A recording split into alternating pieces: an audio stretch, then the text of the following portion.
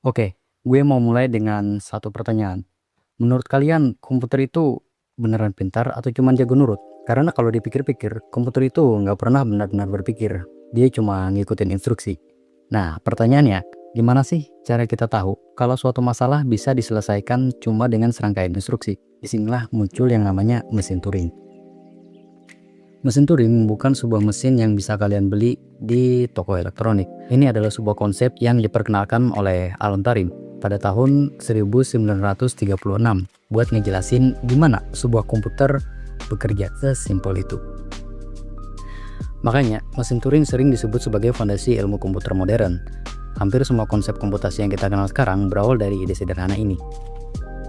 Jadi, sebelum kita ngomongin AI, aplikasi, atau software yang canggih-canggih, kita harus kenal dulu nih sama konsep yang jadi kakek buyutnya dunia komputasi, yaitu mesin Turing. Oke, sekarang kita udah tahu apa itu mesin Turing.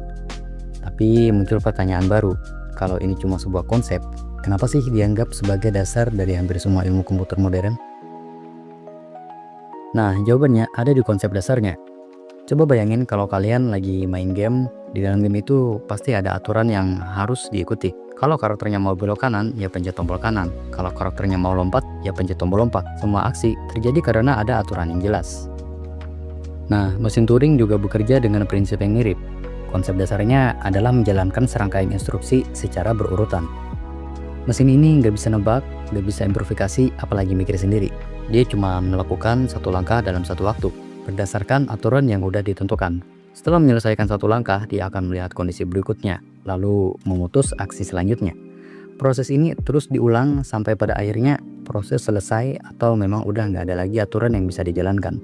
Yang menarik, meskipun konsepnya kelihatan sederhana, ternyata dari proses yang berulang inilah, sebuah mesin Turing secara teori mampu menyelesaikan berbagai macam permasalahan komputasi. Makanya, konsep ini bukan cuma ngajarin kita cara kerja sebuah mesin, tetapi juga membantu memahami batas kemampuan sebuah komputer. Jadi intinya, konsep dasar mesin Turing adalah menjalankan instruksi secara sistematis, satu langkah demi satu langkah, mengikuti aturan yang udah ditentuin. Dan justru kesederhanaan konsep inilah yang menjadi fondasi dari dunia komputasi modern yang kita kenal sekarang. Oke, tadi kita udah bahas kalau mesin Turing itu bekerja dengan cara ngikutin instruksi yang udah ada secara bertahap. Nah, pertanyaannya, sebenarnya apa aja sih yang ada di dalam mesin Turing sampai dia bisa melakukan semua itu? Kalau diibaratkan sebuah tim, setiap bagian punya tugasnya masing-masing. Dan ada 4 komponen utama yang bikin mesin Turing ini bisa bekerja. Yang pertama adalah tape atau pita. Bayangin aja ini tuh kayak selembar kertas yang panjang banget. Disinilah semua data atau simbol itu disimpan. Secara teori juga panjang tape ini tuh dianggap nggak terbatas. Jadi selalu ada ruang untuk dia ngebaca atau menulis informasi baru. Yang kedua adalah head atau kepala pembaca. Tugasnya membaca simbol yang ada di tape, menulis simbol baru kalau diperlukan, lalu bergerak satu langkah ke kiri ataupun ke kanan. Bisa dibilang ini adalah tangan yang melakukan semua pekerjaan di atas tape. Yang ketiga ada state atau keadaan. Ini bisa dianggap sebagai posisi berpikir mesin saat itu. Setiap state menentukan apa yang harus dilakukan ketika mesin sedang membaca simbol tertentu. Jadi, keputusan mesin tergantung pada kombinasi antara state yang sedang aktif dan simbol yang sedang dibaca. Yang terakhir ada aturan transisi atau transition function.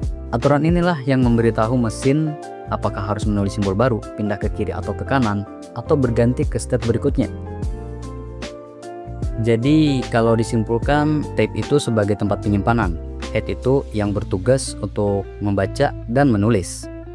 State menentukan kondisi mesin, sedangkan aturan transisi bertugas sebagai buku panduan untuk setiap langkah yang dilakukan. Keempat komponen ini saling bekerja sama supaya mesin Turing bisa menjalankan instruksi secara sistematis dan teratur.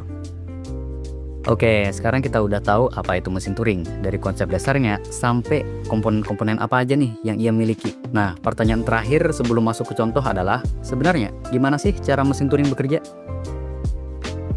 Biar gampangnya, bayangin aja kayak orang yang lagi ngerjain tugas atau ngerjain soal, pokoknya ngerjain sesuatu ya. Tapi dia cuma boleh melakukan satu langkah dalam satu waktu, nggak boleh lompat-lompat dan nggak boleh asal nebak. Jadi emang terstruktur dia. Prosesnya selalu dimulai dari head yang membaca simbol di tape. Setelah simbol itu terbaca, mesin akan melihat state atau kondisi yang sedang aktif. Nah, dari kombinasi simbol dan state inilah mesin mencari instruksi yang sesuai di dalam aturan transisi. Kalau aturannya bilang simbol harus diganti, ya mesin akan menulis simbol baru. Kalau dia diperintahkan untuk bergerak ke kanan, ya dia akan geser satu langkah ke kanan. Dan kalau ia diperintahkan untuk satu langkah ke kiri, dia akan pindah satu langkah ke kiri. Setelah itu, state-nya bisa berubah sesuai aturan yang berlaku. Lalu proses yang sama akan terus berulang. Baca simbol, cek aturan, jalankan perintah, pindah posisi, ganti state, lalu ulang lagi. Gitu aja terus sampai kondisi mesin capai kondisi akhir atau memang udah nggak ada lagi aturan yang bisa dijalanin. Jadi sebenarnya mesin Turing itu cara kerjanya nggak terlalu rumit. Dia hanya ngulang-ngulang langkah sederhana secara sistematis dan konsisten. Tapi justru dari proses sederhana yang dilakukan berulang-ulang inilah sebuah mesin Turing secara teori mampu menyelesaikan berbagai macam persoalan komputasi. Dan itu juga menjadi dasar cara kerja komputer modern hingga sekarang. Oke, sekarang kita masuk ke contoh penerapannya biar lebih gampang dipahamin.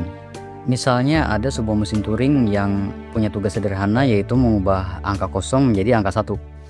Bayangin aja di dalam mesin tape ada tulisan 00101.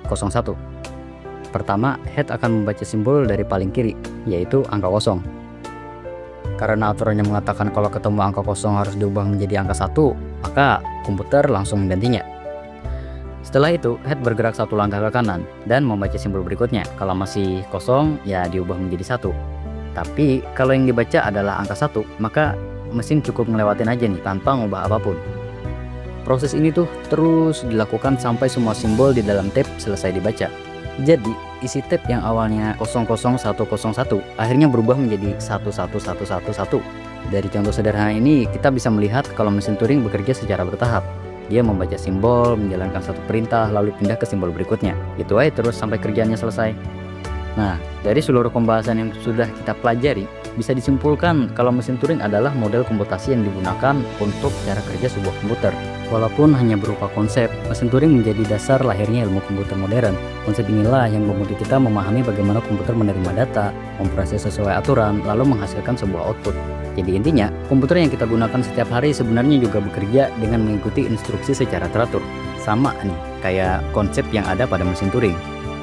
Oke, sekian penjelasan dari gue. Terima kasih udah nyimak, semoga materi ini bermanfaat dan sampai jumpa di video selanjutnya. Bye-bye.